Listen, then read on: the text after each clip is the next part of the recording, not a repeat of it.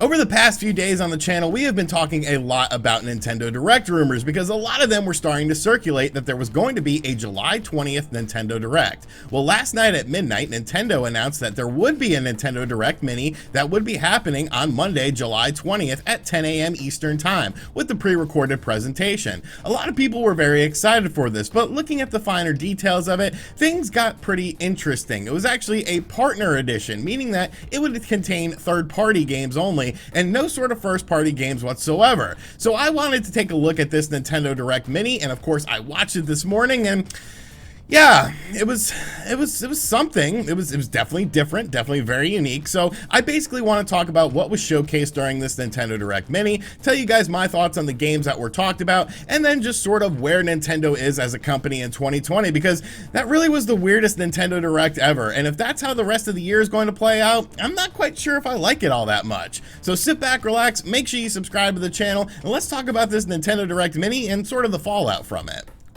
So like I said, everything that was going to be in this presentation was a partner presentation, meaning that it was not published by Nintendo themselves as a first-party title. So right then and there, you could throw the whole Super Mario remaster stuff out the window, which we'll talk about later on in this video. But first, I just want to focus on the games that were in this presentation. Now, obviously, if Nintendo is not publishing the game, there's still a lot of other stuff out there. You got games like No More Heroes 3, Doom Eternal, that have not come to the Nintendo Switch yet, that are not being published by Nintendo, and maybe even throw Bayonetta 3 in there since it's still a platinum game. But what we got in this presentation was really nothing absolutely like that whatsoever, although there was one game that was announced a very long time ago for the Nintendo Switch that did return. To kick things off, they did say that there would be more videos released in this series throughout the year, so it looks like this may be something that Nintendo is going to do somewhat regularly from now on. The first game that was talked about was Cadence of Hyrule, getting an update with 3 DLC packs. Now, Cadence of Hyrule was honestly a really fun game. I love the Zelda aesthetic, I love all the Zelda music in it, and I love the world that they created. I just wasn't a huge personal fan of the gameplay of the game. It really never clicked with me, even though I beat the game. Like, still that final boss battle that you have, it's still, I always felt like I wasn't fully in control and fully understanding what I wanted to do with this game. But I know a lot of people out there really enjoyed the game, so that is good for these people. There's going to be 3 DLC packs that will be releasing. One is releasing today, and the rest of them will be releasing over the course of the next few months up until October. The first DLC pack has new characters being added to the game, which I think is pretty cool. You can play as Shadow Link and other characters, so that's pretty neat. The second DLC pack will have new songs and remix music added to the game with over 36 tracks, and the final DLC pack will actually have Skull Kid added into the game with a new story element and new maps added into the game as well. The game will also be getting a physical release in the month of October as well, so if you're a physical collector, you could pick up Cadence of Hyrule, the physical edition, assumably with all of the DLC already put on it. Like I said, this was sort of a miss for me. I'm not really a huge fan of Cadence of Hyrule. I enjoyed it when I originally played it, but the gameplay style just really wasn't my sort of style, so I don't plan on revisiting this game, but it is cool for Zelda fans to have a little bit of something extra. The next game that was showcased was a game that we have already known about, just like all of the games were in this presentation, and that is Rogue Company. Now, Rogue Company is, of course, an online multiplayer shooter where you're collecting things like loot, taking out enemies, and of course, customizing your character. I will say that if this is the Nintendo Switch version of the game that we saw in terms of graphics and gameplay, it does look very, very smooth, and I think it'll be a very fun experience. And while I do think this game has some sort of potential, it is a multi-platform release as well, so once again, you know, it was cool, it was nice to see this game. I feel like we already know a lot about this game, so it wasn't a game that really piqued my interest or anything. I will check it out because it is a free-to-play game, and free-to-play games are fun. I'm sure they'll be riddled with microtransactions, but still kind of cool stuff. The next game was WWE Battlegrounds, and if you are a longtime viewer of this channel, you would know that we don't talk about WWE Battlegrounds on this channel because, well, it just looks like crap. They did a new trailer for the game, which we're not going to show because the WWE just loves to get copyright strike happy and take down any sort of videos that showcase the footage from WWE Battlegrounds. So you will get the still picture of Alexa Bliss with the big stupid head, or maybe it's Charlotte Flair. Like, you can't even tell with the graphics of this game. I think this game just looks very, very silly to me. It's not a game that I'm interested in. You know, I love pro wrestling, but this just looks a little bit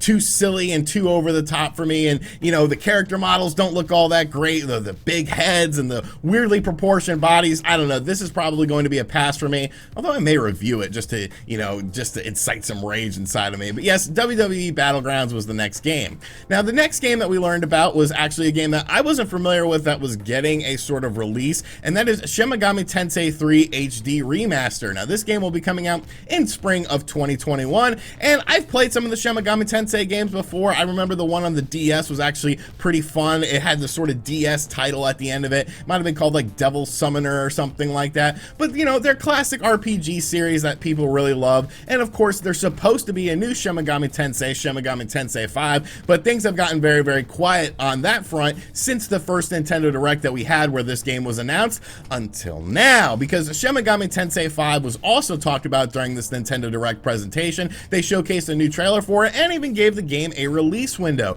of 2021. So Shin Megami Tensei fans have two games to look forward to in 2021 now on the Nintendo Switch, with Shin Megami Tensei 3 HD Remaster releasing in the spring of 2021 and Shin Megami Tensei 5 releasing sometime in 2021. Now, that will be a worldwide release, so no matter what region you're in, you'll be able to play Shin Megami Tensei 5 the same time as everyone else in the world. And then they quickly wrapped up this presentation. So looking over the list of games, we have Cadence of Hyrule getting a DLC update, Rogue Company trailer, WWE Battlegrounds, Shin Megami Tensei 3 HD Remaster, and Shin Megami Tensei 5. So in an 8-minute presentation, they managed to cover about 5 different games, and really, none of these games really struck a chord with me. Like Cadence of Hyrule, like I said, that's a cool game. You know, I enjoyed it when I played it, even though I never fully grasped the gameplay of it. I always felt kind of weird playing the game. But that getting DLC stuff in the Zelda universe, like, that's cool. I guess that's going to be your Zelda stuff for 2020. Rogue Company, you know, it's a free-to-play first-person or a third-person shooter game. It does look cool. I think it does look fun, but, you know, it's something I'll check out, but it's definitely not something for everyone. WWE Battlegrounds, a lot of people don't like the look of this game. A lot of people aren't really interested in this game, and if you don't like pro wrestling, you're probably not going to like the game. And the fact that it's not really pro wrestling, it's more of just an arcadey style fighting game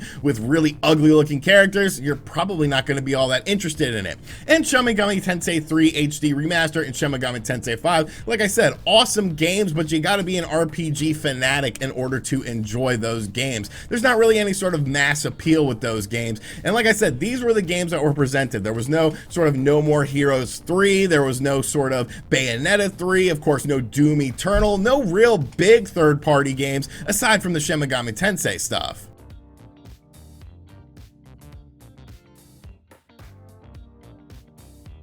But I think the biggest problem with this Nintendo Direct mini presentation was the fact that it really doesn't solve Nintendo's problem in 2020 with the lack of announced games for the system. When you look at things like the PlayStation 5 and the Xbox Series X, the PlayStation 5 had this huge event where they're talking about games that you'll be able to play in 2020 and early 2021. The Xbox Series X event is happening this week. There's a lot of hype surrounding it. Obviously, Halo Infinite is going to be there, and a lot of people are looking forward to seeing that game, and plus whatever else the first-party Xbox studios are working on that are going to be coming to the Xbox Series X in 2020 and beyond. And then you have Nintendo with absolutely nothing on their plate now that Paper Mario the Origami King has released. A lot of people were hoping for Super Mario 35th Anniversary stuff at this event. To me, I was expecting a Nintendo Direct Mini with Super Mario 35th Anniversary being the focal point and maybe a few other games thrown in there. Some people were saying that this Nintendo Direct was going to be a full-on Nintendo Direct. Of course, there were all sorts of crazy leaks out there about silly rumors and like a new 2D Metroid and all this other crap that we didn't even bother talking about on the channel because it just looked absolutely ridiculous to me.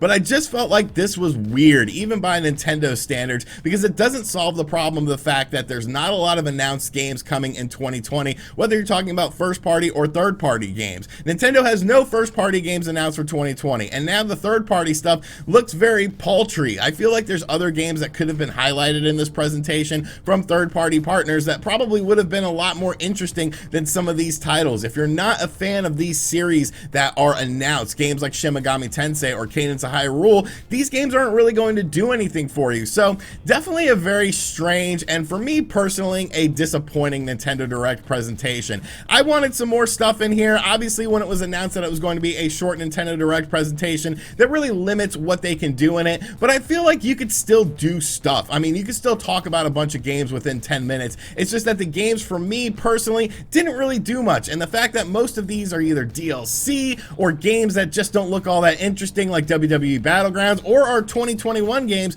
Nintendo still has a major problem with no 2020 releases on the horizon. And it's like, did you forget about the Nintendo Switch? I understand work from home conditions are very strange in Japan, but at some point in time you got to adapt. And then, you know, there is Nintendo of America, where they probably have a better infrastructure and they can help you out. So maybe you should actually utilize Nintendo of America. But those are my thoughts on the most bizarre Nintendo Direct that we have gotten to date. Just very strange stuff. I feel like all of this stuff could have just been announced via trailers. Some of it was announced just via trailers by other companies. You know, WWE Battlegrounds, there was really nothing new in there. So, you know, sort of a missed opportunity for Nintendo, especially with all the hype around the PlayStation 5 and the Xbox Series X event happening this week. But let me know in the comments section down below if you are excited from this. I'm sure OJ over on Player Essence is very excited for all the Shin Megami Tensei stuff. So, you know, kudos to him and kudos to all of you that are enjoying this. Just for me personally, it was a bit of a miss for me. And as always, guys, thank you for checking out this video. If you're new to the channel, make sure you subscribe and turn on notifications. Check out other videos on the channel as well. And as always, I will catch you guys on the next one.